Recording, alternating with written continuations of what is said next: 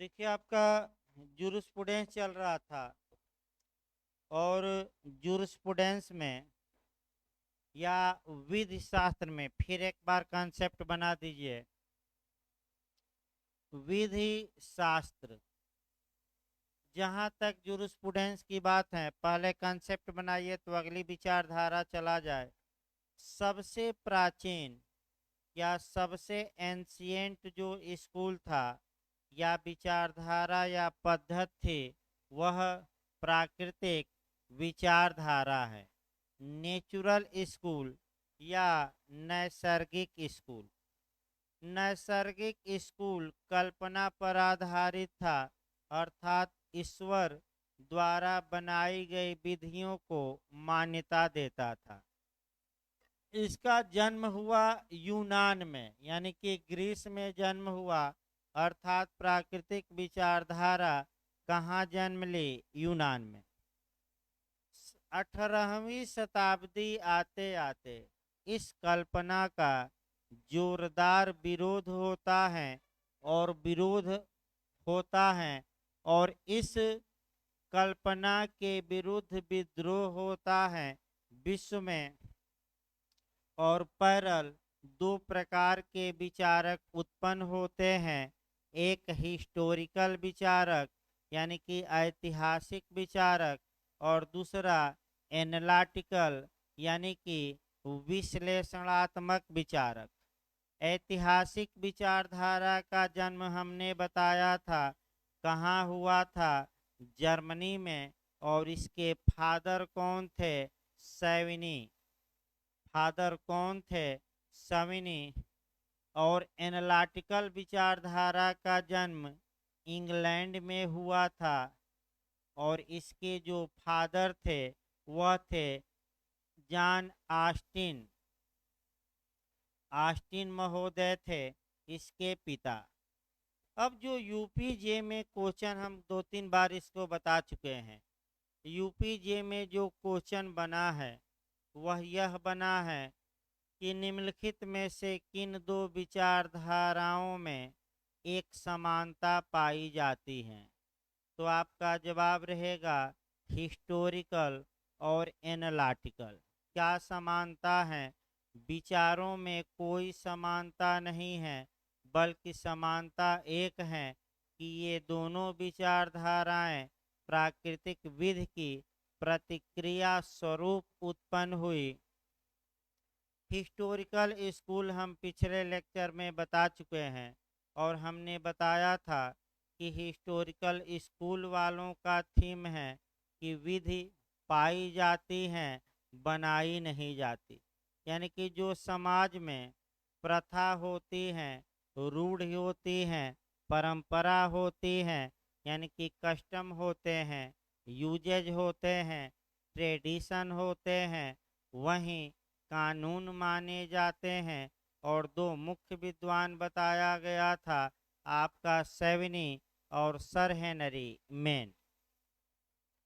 देखिए आपका 18वीं शताब्दी के अंतिम काल और 19वीं शताब्दी के प्रारंभ आते आते प्राकृतिक विचारधारा का इंग्लैंड में भी विरोध हुआ और इंग्लैंड में इसके जो विरोधी थे वह जर्मी बेंथम थे, ऑस्टिन थे, इत्यादि लोग थे।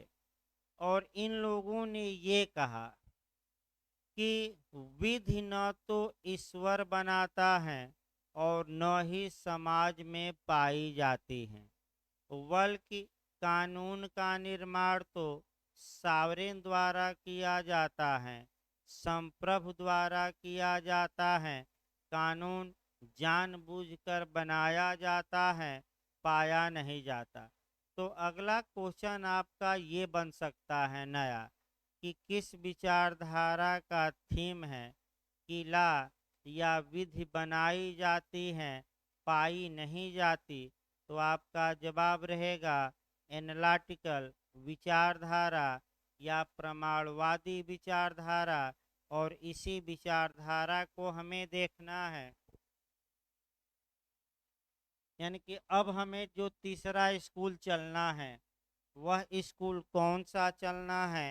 एनालिटिकल स्कूल यानी कि विश्लेषणात्मक विचारधारा, इसको चलना है। और सबसे पहले विश्लेषणात्मक विचारधारा को बंटवारा भी कर लेना है। इसे 3 भागों में बांटा गया है और प्रमाणवादी या विश्लेषणात्मक फर्स्ट, विश्लेषणात्मक सेकंड और विश्लेषणात्मक थर्ड, 3 भागों में इसे बांटकर पढ़ा जाता है। आइए पहले 3 भाग हम बांट देते हैं और इसको अच्छे से बता देते हैं, तब इस विचारधारा को शुरू किया जाए। नामों पर चर्चा, आप कामों पर चर्चा की जाएगी, लेकिन यहाँ से भी आपका क्वेश्चन बना है। प्रमाणवादी या विश्लेषणात्मक विचारधारा को 3 वर्गों में बांटा गया है। पहला वर्ग या क्लास है प्रमाणवादी फर्स्ट। जहाँ तक प्रमाणवादी फर्स्ट की बात है, प्रमाणवादी फर्स्ट में कौन कौन से विद्वान आते हैं, तो वह विद्वान है जर्मी बेंथम, दूसरा विद्वान है आपका जॉन ऑस्टिन है, तीसरा विद्वान हॉलैंड, चौथा सामंड और पांचवा मुख्य रूप से है चिपमैन ग्रे। एक बार और दोहरा दिया जाए, Jeremy Bentham, John Austin, Holland, Salmond, Chipman Gray, ये प्रमाणवादी फर्स्ट में पढ़े जाते हैं। प्रमाणवादी सेकंड में जहाँ तक बात है, मुख्य रूप से हेंस केल्सन आते हैं और यह ऑस्ट्रिया में उत्पन्न हुए वियना विचारधारा भी कही जाती है इसे। तो प्रमाणवादी आपका सेकंड में कौन पढ़ना है, हेंस केल्सन। जो प्रमाणवादी थर्ड में है वह हार्ट महोदय आएंगे, यानी कि प्रोफेसर HLA हार्ट आएंगे। यानी कि 3 भागों में इस विचारधारा को, हार्ट 3 भागों में हमें आपका बांट कर पढ़ना है। ये इस विचारधारा का देखिए आपका क्वेश्चन कैसे बना है, क्वेश्चन भी बनाते रह जाए। देखिए इसमें एक क्रम बना लीजिए। पहला आता है जर्मी बेंथम, जो पूछा गया वो भी बताते रह जाए। फिर आते हैं ऑस्टिन, फिर आते हैं केल्सन और फिर आते हैं हार्ट। ये पहले क्रम बना लिया जाए, क्योंकि एक बार क्रम मिलाने के लिए पूछा है कि कौन सा विद्वानों का क्रम सही है। तो फिर एक बार हम बता रहे हैं जर्मी बेंथम, उसके बाद मुख्य रूप से ऑस्टिन आते हैं, उसके बाद मुख्य रूप से हेंस केल्सन आते हैं और उसके बाद मुख्य रूप से आपका आते हैं हार्ट महोदय। अब जो यूपीजे में क्वेश्चन बना है यहाँ से, वह एक क्वेश्चन ये बना है कि हेंस केल्सन किससे एक कदम आगे माने जाते हैं। तो जो चेला या शिष्य होगा वह गुरु से एक कदम हमेशा आगे माना जाएगा। उदाहरण देख लीजिए, आपका राजनीति में भी उदाहरण मिलता है। मोदी जी के गुरु आडवाणी जी थे और आडवाणी जी बेचारे PM और प्रेसिडेंट यानी कि प्रधानमंत्री और राष्ट्रपति बनने का सपना ही देखते रह गए, लेकिन चेला अपना PM बन गया और अपने मनपसंद के व्यक्ति को प्रेसिडेंट या राष्ट्रपति भी बना दिया। यानी कि चेला गुरु से एक कदम क्या निकला, आगे। दूसरा उदाहरण आपका केजरीवाल जी का देख सकते हैं। अन्ना हजारे उनके गुरु थे और गुरु को हटाकर केजरीवाल एक कदम आगे निकल गए, गुरु वहीं रह गए और चेला चीनी हो गया, यानी कि गुरु गुड़ रहे, चेला चीनी हो गया, और सीएम बन गया दिल्ली का। तो जैसे ही पूछे कि कौन किससे एक कदम आगे हैं, तो चार्ट याद रखिए। जर्मी बेंथम के चेले ऑस्टिन थे, तो ऑस्टिन किससे एक कदम आगे होगा? जर्मी बेंथम से। ऑस्टिन का चेला कौन था? केल्सन। तो केल्सन किससे एक कदम आगे माने जाते हैं? ऑस्टिन से। और हार्ट किसका चेला था? केल्सन से। तो हार्ट किससे एक कदम आगे माने जाएंगे? हैंस केल्सन। ये क्रम आपका पूछा गया है, गलत ना हो। दूसरा क्वेश्चन आपका ये बना है कि किस समय जो ये एनालिटिकल स्कूल हैं अपने गोल्डन एज में था, चरमोत्कर्ष पर था, यानी कि गोल्डन एज किसको माना जाता है? तो जो ये प्रमाणवादी सेकंड में जो ये हैंस केल्सन आएंगे, इस समय आपका एनालिटिकल स्कूल अपने चरमोत्कर्ष पर था, अर्थात इसका गोल्डन एज माना जाता है। किसके काल में? हैंस केल्सन। किस प्रमाणवादी? किस में? फर्स्ट की, सेकंड की, थर्ड? सेकंड। तीसरा क्वेश्चन जो यूपीजे में पिछली बार 2 क्वेश्चन आया था, विधि और नैतिकता, लॉ एंड मोरालिटी पर आया था। तो विधि और नैतिकता की बातें कौन विद्वान करेगा? Professor H.L.A. हार्ट। 2 क्वेश्चन पिछली बार आया था, और विधि और नैतिकता को अच्छे से बताना है। एक क्वेश्चन देख रहा हूं मैं, लगातार यूपीजे बना रहा है। तो आपका विधि और नैतिकता किसकी देन है? हार्ट की। अब आइए, एनालिटिकल विचारधारा का जन्म कराया जाए, फिर इसकी विशेषताएं बताई जाएं, और विशेषताएं बताने के बाद आपका कह सकते हैं कि कुछ अन्य बातें बताई जाए और विद्वानों का चला जाए। सबसे पहले जर्मी बेंथम, फिर कौन सा? ऑस्टिन, और बताया जाए। यहाँ से निश्चित रूप से आपका 2 क्वेश्चन या 3 क्वेश्चन बनता है। सबसे महत्वपूर्ण विचारधारा चल रही है, ये भी ध्यान रखिए। तो हमें इसमें पढ़ना क्या है, थोड़ा एक लाइन बता दिया जाए। एक आपका विद्वानों का ला के बारे में मत पढ़ना है। दूसरा, जो विद्वानों का ला के बारे में मत है, क्या इनका मत भारत में कहाँ तक एडाप्ट किया गया है?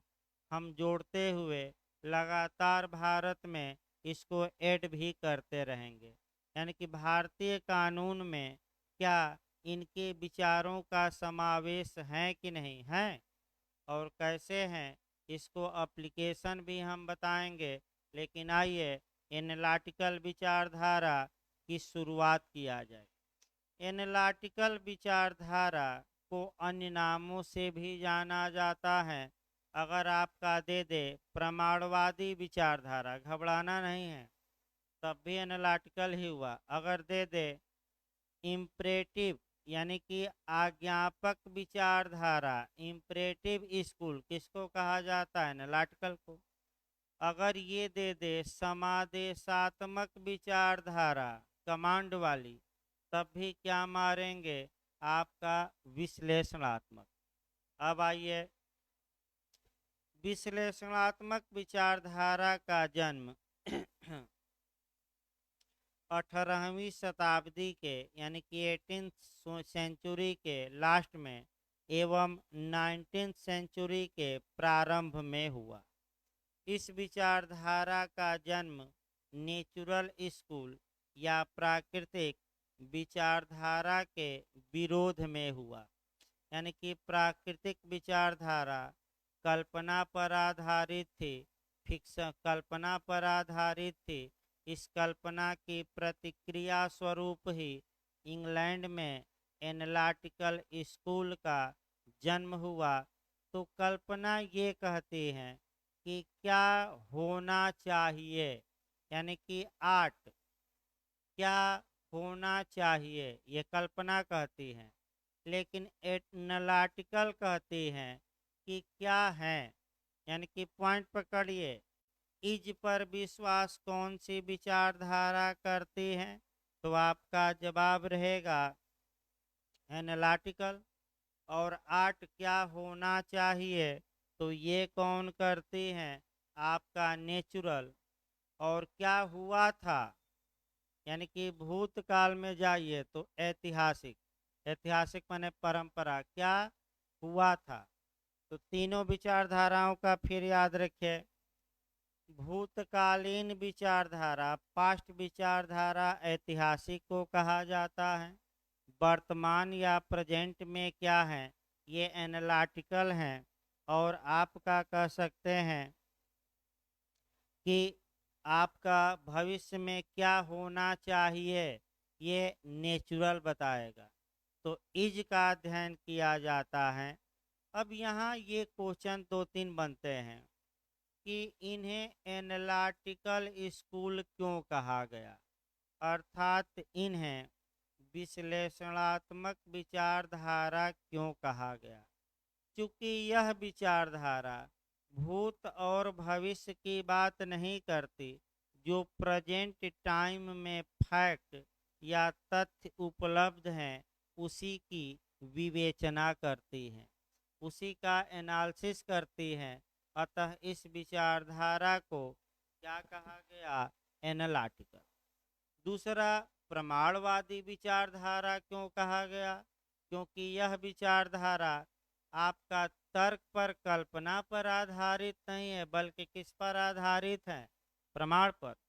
फिर आपका पूछा जा सकता है आज्ञापक विचारधारा क्यों कहा जाए, यानी कि इम्परेटिव थ्योरी क्यों कहा जाए? इसलिए कहा जाए कि इस विचारधारा के तहत जो सावरेन है, संप्रभु हैं, वह आज्ञा देता है और उस आज्ञा को जनता को क्या करना पड़ेगा? मानना पड़ेगा।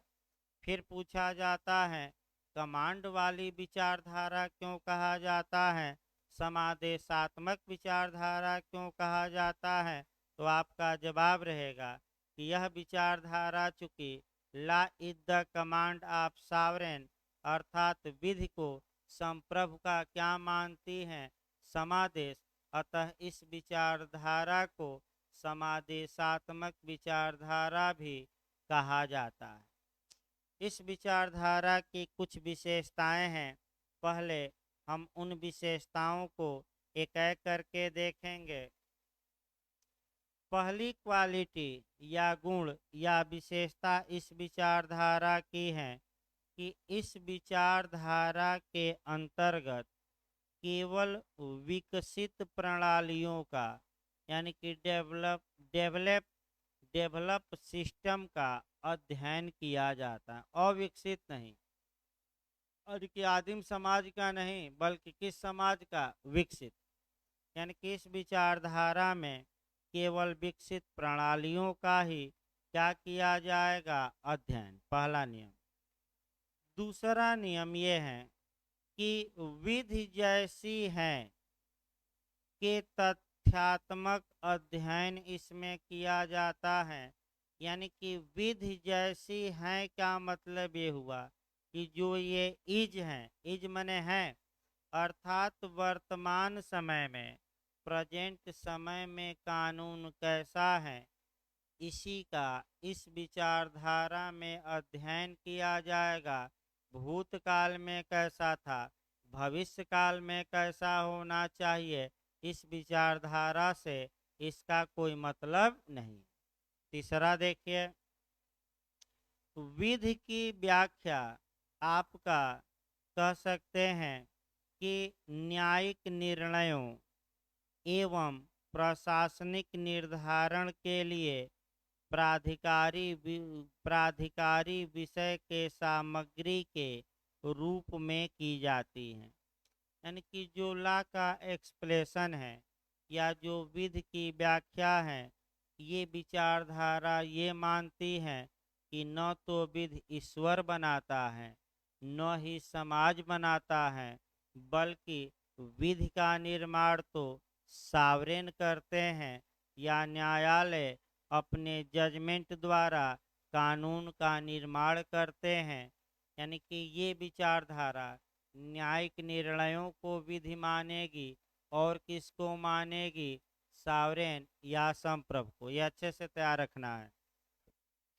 अगली विशेषता, विधि या ला विधि निर्माताओं द्वारा जानबूझकर निर्मित की जाती हैं, चाहे सचेतन विधायी कार्य द्वारा या न्यायिक कार्य द्वारा। इसका मतलब ये हुआ कि विधि न तो पाई जाती है न भगवान बनाता है, बल्कि विधि का निर्माण तो जानबूझकर किया जाता है। और किसके द्वारा किया जाता है, या तो आपका सावरेन या संप्रभु द्वारा या न्यायपालिका द्वारा, दो ही द्वारा।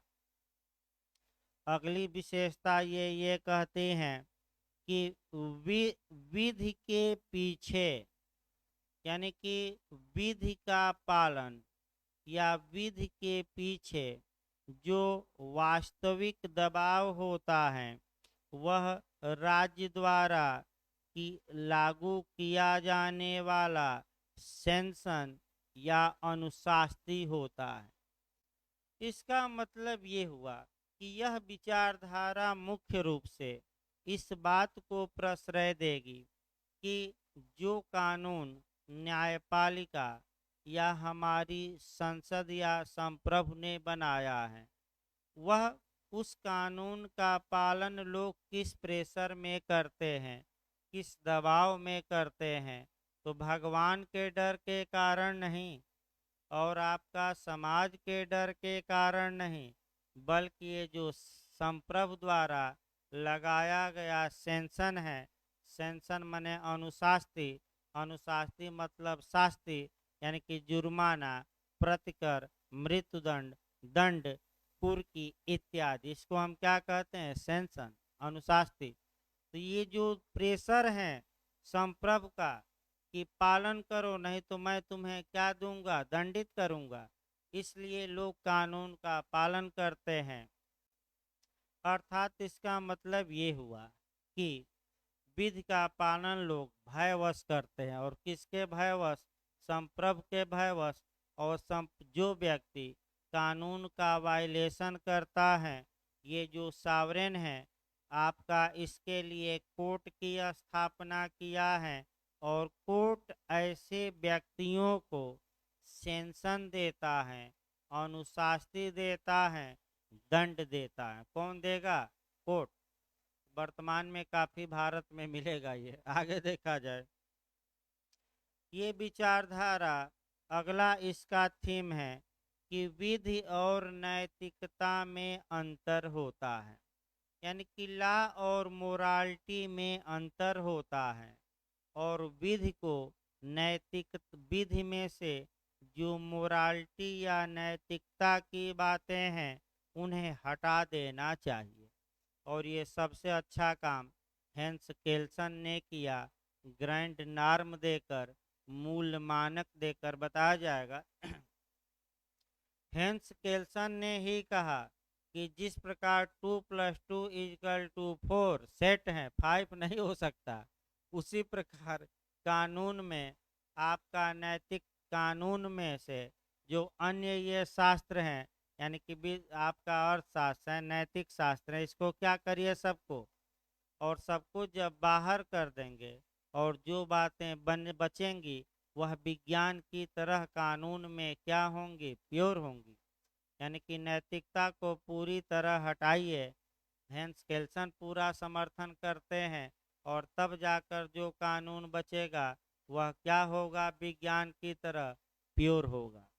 फिर आपका अगला, आपका यह विचारधारा भूतकाल और भविष्यकाल के बारे में कोई विचार नहीं करती, यानी कि क्या था और भविष्य में क्या होना चाहिए, इससे इसका मतलब नहीं है। वर्तमान में क्या है उसी का ये एनालिसिस करेगी, उसी का क्या करेगी, विश्लेषण। इसके बाद आपका यह विचारधारा ये मानती है कि साक्ष्य और साक्ष्य यानी कि एविडेंस, तर्क यानी कि आपका रीजन, और आपका परीक्षण पर जो आधारित निर्णय होते हैं वह अच्छे होते हैं। इसका मतलब ये हुआ कि साक्ष्य के आधार पर निर्णय दीजिए, तर्क के आधार पर दीजिए, परीक्षण के आधार पर दीजिए, कल्पना के आधार पर न दीजिए, क्योंकि ये निर्णय अच्छे माने जाते हैं। यानी कि कुल मिलाकर लास्ट में ये आया कि इनके अनुसार विधि जानबूझकर बनाई जाती हैं, समाज में पाई नहीं जाती। और विधि बनाने का कार्य या तो सावरेन का है, संप्रभु का है, हम बताएंगे सावरेन को डिटेल में, या न्यायालय बनाते हैं अपने क्या देकर, जजमेंट देकर। इस प्रकार ये जो विचारधारा का थीम था वह बताया गया। अब हम शुरू करते हैं। चूँकि यह विचारधारा 3 वर्गों में बांटी गई है, तो हम शुरू करते हैं एनालिटिकल फर्स्ट। जहाँ तक विश्लेषणात्मकवादी फर्स्ट की बात है, प्रमाणवादी फर्स्ट की बात है, इसमें कौन कौन विद्वान आते हैं पहले ये हम कर लेते हैं। तो कौन कौन विद्वान इसमें आएंगे प्रमाणवादी फर्स्ट में? तो जर्मी बेंथम पहले आएंगे, फिर कौन आएंगे, ऑस्टिन आएंगे, फिर कौन आएंगे, सामंड आएंगे, फिर कौन आएंगे, लैंड आएंगे, और अंत में कौन आएंगे, चिपमैन ग्रे। रट कर जाइएगा इसको, चिपमैन ग्रे आएंगे। तो सबसे पहले हम जर्मी बेंथम को उठाते हैं। जहाँ तक जर्मी बेंथम की बात है, जर्मी बेंथम समादेश के सिद्धांत के संस्थापक माने जाते हैं। देखिए आपका अब एक क्वेश्चन और यूपीजे में बन रहा है, उसको हम देखें। जर्मी बेंथम शुरू करते हैं, यहीं से क्वेश्चन भी बनाते हैं।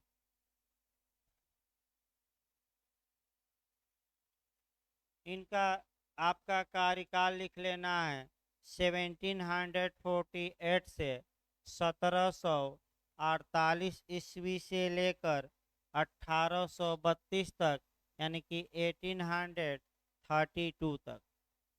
जर्मी बेंथम के बारे में जब भी पढ़िए, एक तो हाब्स पढ़ना है, फिर आपका जर्मी बेंथम को पढ़ना है, और फिर आपका ऑस्टिन का पढ़ना है।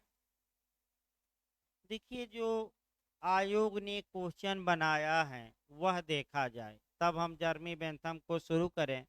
और जर्मी बेंथम से एक क्वेश्चन चांस रहता है। क्या क्या क्वेश्चन बना है वो भी हम यहाँ बताएंगे डिटेल में। इनका सिद्धांत बताएंगे, इनकी किताब भी पूछी गई है। यहाँ तक कि ये विधशास्त्र को कितने भागों में बांटते हैं वहाँ ये भी पूछा गया है जे में। लेकिन एकदम शुरुआती दौर से हम उठाते हैं।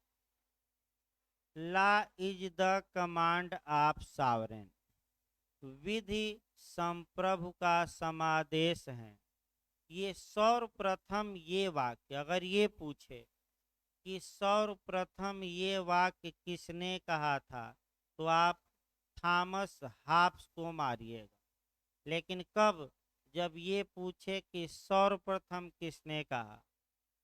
याद रखिए, थॉमस हॉब्स ने कहा कि law is the command of sovereign. इसके बाद थॉमस हॉब्स के विचारों को जर्मी बेंथम ने थोड़ा आगे बढ़ाया, और इन्होंने भी यही कहा कि law is the command of sovereign. हम डिटेल में इस वाक्य को बताएंगे। ये भी इन्होंने कहा, जर्मी बेंथम ने भी। और जर्मी बेंथम ने जो बात बताई है इसकी विस्तृत विवेचना किसने की? ऑस्टिन ने की। अतः आयोग द्वारा जो क्वेश्चन आया है वह देख लिया जाए यहाँ। समादेश का सिद्धांत किसने दिया? तो आयोग जॉन ऑस्टिन को समादेश के सिद्धांत का संस्थापक मानता है, क्योंकि इन्होंने इसकी विस्तृत रूप में व्याख्या की। तो आपका 3-4 वाक्य यहाँ क्वेश्चन बना लीजिए। आंग्ल जूरिस्प्रूडेंस का फादर कौन था? यानी कि इंग्लैंड के विधिशास्त्र का पिता कौन था? तो जॉन ऑस्टिन मारिएगा। किसने कहा कि विधि संप्रभु का समादेश है? तो आयोग बना चुका है क्वेश्चन, जॉन ऑस्टिन ही मारना है। और तीसरा आपका इंग्लैंड में आपका एनालिटिकल स्कूल का फादर कौन था? विश्लेषणात्मक विचारधारा का पिता पूछे तब भी ऑस्टिन ही मारना है। ये आयोग द्वारा बनाया गया क्वेश्चन है। वैसे जर्मी बेंथम पर विवाद है। जर्मी बेंथम को माना जाना चाहिए, लेकिन जर्मी बेंथम के विचार बाद में प्रकट हुए और उतना गंभीरता से इन्होंने ये बातें नहीं बताई। हमें लगता है इसीलिए जॉन ऑस्टिन को आयोग ने मारा। लेकिन आपका हमें जर्मी बेंथम से ही चलना है। जर्मी बेंथम हाब्स के विचार को थोड़ा आगे बढ़ाए, थोड़ा संशोधन करके और समादेश के सिद्धांत दिए। इन्होंने उपयोगितावाद का सिद्धांत दिया, प्रिंसिपल ऑफ यूटिलिटी, ये भी पूछा जाता है। देखिए आपका जर्मी बेंथम प्राकृतिक विधि के अस्तित्व को इनकार करते हैं। यानी कि ये कहते हैं कि नेचुरल लॉ जैसे कोई लॉ नहीं है। अर्थात जर्मी बेंथम ईश्वर द्वारा, गॉड द्वारा बनाए गए कानून का पुरजोर विरोध करते हैं और कहते हैं कि प्राकृतिक कानून कोई कानून नहीं है। और प्राकृतिक अधिकार को, जो नेचुरल राइट हैं, उस पर ये कमेंट करते हैं। और वही कमेंट यूपी जे में आया है, गलत न हो। प्राकृतिक अधिकार एक ऐसी औलाद है, औलाद का मतलब कि आपका कह सकते हैं कि संतान है। औलाद मतलब क्या? संतान। ये कोटेशन याद रखिएगा। प्राकृतिक अधिकार एक ऐसी संतान है जिसका कभी कोई फादर या पिता नहीं रहा है। ये वाक्य किसने कहा? तो आपका क्या जवाब रहेगा? जर्मी बेंथम ने। और किसके विरोध में कहा? प्राकृतिक विधि के विरोध में। तो कौन विद्वान प्राकृतिक अधिकार को मानने से इनकार करता है पूरी तरह? तो क्या बताएंगे? जर्मी बेंथम। फिर ये कहते हैं तो आखिर जब प्राकृतिक अधिकार हैं ही नहीं, तो ऐसी दशा में आपका किसे कानून माना जाए? तो जर्मी बेंथम कहते हैं कि विधि तो संप्रभु का समादेश होती है, यानी कि law is the command of क्या? सॉवरेन। इन्होंने आपका कह सकते हैं कि विधि के बारे में जो न्यायालय द्वारा निर्णय दिए जाते हैं उस पर भी इन्होंने कमेंट किया। और ये भी क्वेश्चन आपका जे में आ चुका है, गलत न हो। डाग लॉ की अवधारणा किसने दी? याद रखिएगा, यही डायरेक्ट पूछा गया है। डाग लॉ, तो डाग लॉ जैसे ही आए तो डाग लॉ की अवधारणा किसने प्रस्तुत की? जर्मी बेंथम ने की। फिर अगला मॉडल ये बन सकता है कि ये डाग लॉ या कुत्तों की विधि ये किससे रिलेटेड हैं? तो अगर संबंधित पूछे तो कौन विद्वान दिया? जर्मी बेंथम। किससे संबंधित हैं? तो जुडिशियल प्रेसिडेंट से, यानी कि न्यायिक पूर्व निर्णय से। अर्थात उर्दू में नजीर कहा जाता है। क्या कहा जाता है? नजीर, न्यायिक पूर्व निर्णय। इसके बाद आपका व्याख्या इसकी हल्का सा कर दी जाए। जर्मी बेंथम का ये मानना था कि जिस प्रकार समाज में कोई व्यक्ति अ- आपका अगर ये पूछा जाए समाज में कि क्या आप अपने कुत्ते के लिए कानून बनाए हैं, तो प्रत्येक मालिक कुत्ते का कहता है कि हम अपने कुत्ते के लिए कानून नहीं बनाते, नहीं बनाए हैं। उसी प्रकार न्यायाधीश हैं, वह उनसे अगर पूछा जाए कि आप विधि की व्याख्या करते हैं कि विधि का सृजन करते हैं, यानी कि कानून को एक्सप्लेन करते हैं कि कानून को क्रिएट करते हैं, तो न्यायाधीश हमेशा कहेंगे कि कानून का निर्माण करना तो लेजिस्लेचर का कार्य है, हम तो उनके द्वारा बनाए गए कानून की केवल क्या करते हैं, व्याख्या। लेकिन जर्मी बेंथम यही सतर्क रहना है। न्यायाधीश व्याख्या करते करते चोरी चोरी चुपके चुपके कानून भी बना देते हैं। किस तरह? जैसे कि कोई व्यक्ति कहता है कि हम कुत्तों के लिए कानून नहीं बनाते, लेकिन कुत्तों के लिए चोरी छुपे नियम बना देता है। उसी प्रकार न्यायाधीश भी करते हैं। अगला आइए इनकी देखा जाए। जर्मी बेंथम ने किताब लिखी, खूब पूछा जाता है आपका। देखिए इसको आपका भाई बता दिया जाए, सोमवार को पढ़ाया जाएगा, यानी कि आपका मंडे को जर्मी बेंथम थोड़ा बहुत बचा है। फिर आस्टिन, आस्टिन से आपका क्वेश्चन ज़्यादा बनता है। एक क्वेश्चन या अधिकतम दो क्वेश्चन बन सकते हैं। तो ये मंडे को अब क्लास चलेगा। धन्यवाद।